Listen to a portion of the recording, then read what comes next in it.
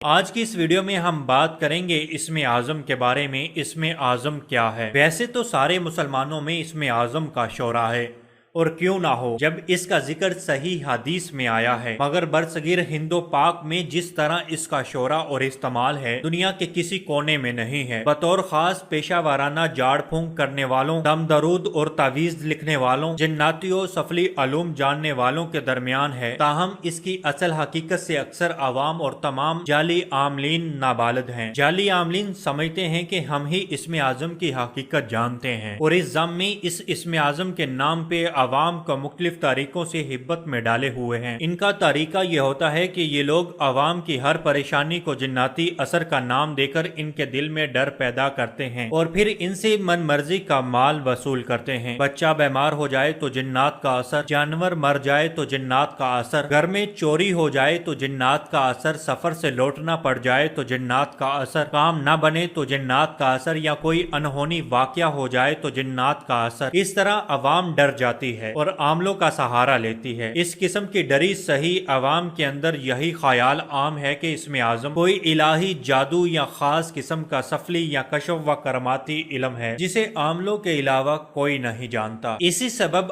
آج یہاں پر آپ کو مختصر انداز میں اسم اعظم کی حقیقت بتانا چاہتا ہوں، تاکہ آپ کسی سے دھوکہ نہ کھائیں اور آپ خود بھی اس کا صحیح استعمال کریں اور فائدہ اٹھائیں۔ اسم اعظم کے بارے میں صحیح النسائی حدیث نمبر 1299 میں ہے، حضرت انس بن مالک رضی اللہ تعالی عنہ بیان فرماتے ہیں کہ میں رسول اللہ صلی اللہ علیہ وسلم کے ساتھ بیٹھا تھا اور ایک آدمی کھڑا نماز پڑھ رہا تھا۔ جب اس نے رکوع اور سجدہ کر لیا اور تشہد بھی پڑھ لیا تو اس نے دعا کی اور اپنی دعا میں کہا، اے اللہ میں تجھ سے سوال کرتا ہوں اس بنا پہ کہ تیرے لیے ہی تعریف ہے، تیرے سوا کوئی معبود نہیں، تو بہت احسان کرنے والا ہے، آسمانوں اور زمین کو بلا مادہ پیدا کرنے والا ہے، اے بزرگیوں عزت والے رب، اے زندہ و جاوید، اے سب کو قائم رکھنے والے، بے شک میں تجھ سے سوال کرتا ہوں۔ نبی کریم صلی اللہ علیہ وسلم نے اپنے صحابہ سے فرمایا، تم جانتے ہو اس نے کن الفاظ سے دعا کی؟ صحابہ نے کہا، اللہ تعالیٰ اور اس کا رسول بخوبی جانتے ہیں۔ آپ صلی اللہ علیہ وسلم نے فرمایا، اس ذات کی قسم جس کے ہاتھ میں میری جان ہے، اس نے اللہ تعالیٰ کی اس اسم اعظم کے ساتھ دعا کی ہے کہ جب اس کے ساتھ اللہ تعالیٰ کو پکارا جائے تو وہ ضرور جواب دیتا ہے، اور جب اس کے ساتھ کچھ مانگا جائے تو وہ ضرور عطا فرماتا ہے۔ ڈاکٹر غلام جیلانی برق اپنی کتاب من کی دنیا میں اپنی زندگی کا ایک واقعہ یوں بیان کرتے ہیں کہ میں 40 سال تک ایک ناکام زندگی گزارتے گزارتے سخت پریشان تھا کہ ایک بزرگ سے ملاقات ہوئی۔ انہوں نے پوچھا کہ تم پیدا کب ہوئے؟ جب انہیں معلوم ہوا کہ میں ہفتے کے روز پیدا ہوا تو وہ بولے کہ تم پہ وقت کی سختی ہے۔ پھر مشورہ دیا کہ اپنے نام کے اعداد معلوم کرو اور اللہ کے ایسے نام منتخب کرو جن کے اعداد تمہارے نام کے اعداد کے برابر ہوں۔ میں نے اس مشورے پر عمل کیا اور پھر میرے حالات بدلنے لگے۔ اللہ نے بہت نوازا۔ واضح رہے کہ بعد میں وہ بڑے بڑے عہدوں پر فائز رہ کر ریٹائرڈ ہوئے۔ اب یہ نام کے اعداد کے مطابق اللہ تعالیٰ کے اسما کیسے حاصل کیے جائیں وہ بھی اس ویڈیو کے آخر میں ہم آپ کو بتائیں گے۔ مولانا وحید الدین خان صاحب اپنی کتاب میں لکھتے ہیں، اسم اعظم کا علم خدا کو ہے۔ اسم اعظم اسماء الحسنہ سے الگ کوئی نام نہیں، وہ انہی ناموں میں شامل ہے۔ اسماء الحسنہ میں سے کوئی اسم اس وقت اسم اعظم بن جاتا ہے جب دعا کرنے والا اس کو غیر معمولی جذبے کے تحت استعمال کرے۔ پکارنے والے کا جذبہ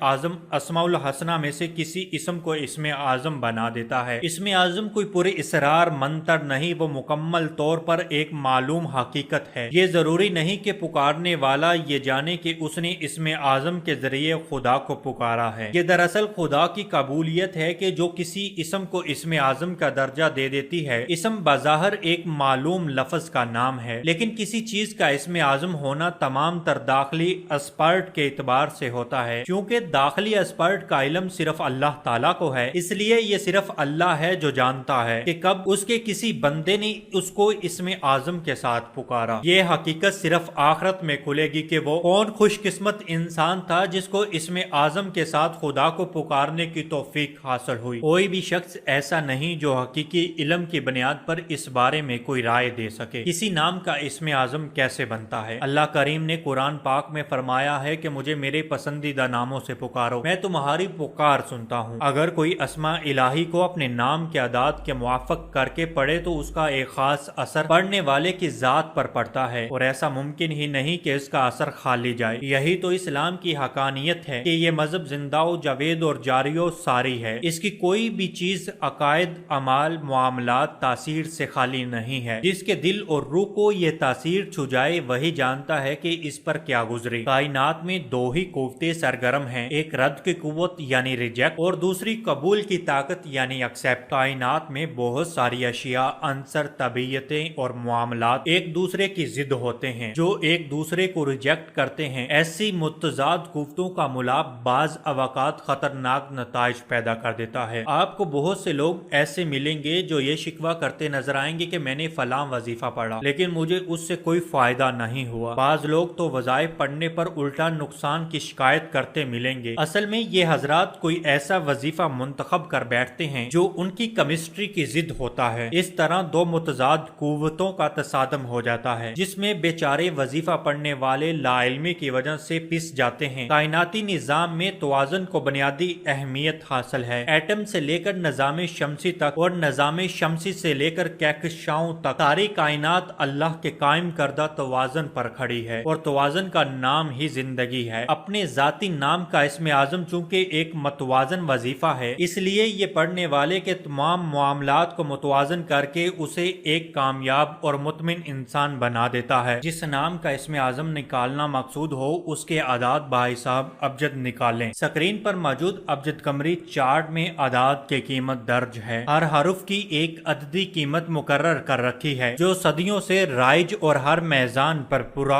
اترتی ہے۔ نام میں جتنے حروف تہجی ہوں ان سب کے اعداد کو آپس میں جمع کر لیں، جو بھی مجموعہ برآمد ہو اللہ کے جمالی ناموں میں سے دیکھیں کہ کس اسم الہی کے اعداد کا مجموعہ اتنا بنتا ہے جتنا نام کے اعداد کا مجموعہ نکلا ہے۔ اگر ایک اسم الہی مل جائے تو کیا کہنے، یہی اس نام کے حامل کے لیے اسم اعظم ہے۔ اگر نہیں تو اللہ کے جمالی ناموں میں سے دو ایسے نام ڈھونڈیں جن کے اعداد کا مجموعہ نام کے اعداد کے مطابق ہو۔ ان دو اسم الہی کو ملا کر پڑھنا اس شخص کے لیے اسم اعظم بن جائے گا۔ اس کا آسان سا کلیہ یہ ہے کہ نام کے اعداد کو سامنے رکھیں اور اللہ کے جمالی ناموں میں سے کوئی ایسا نام لیں جس کے نام کے اعداد آپ کے نام کے اعداد میں سے کم ہو، اور پھر دوسرا نام ایسا لیں جو آپ دونوں کے نام کو برابر کر دے۔ جس نام کا اسم اعظم نکالنا ہو اسے دیکھیں کہ اس کا پہلا حرف کون سے عنصر سے متعلق ہے، پھر اللہ کے ناموں کو اس طرح ترتیب دیں کہ پہلے وہ اسم پاک آئے جس کا پہلا حرف نام کے پہلے حرف کے مطابق ہو یا موافق ہو، مخالف نہ ہو۔ اگر آپ اپنے نام کا اسم اعظم معلوم کرنا چاہتے ہیں تو ہمارے YouTube چینل پر کمنٹ کریں اور اس ویڈیو کو اپنے دوست احباب کے ساتھ شیئر لازمی کریں۔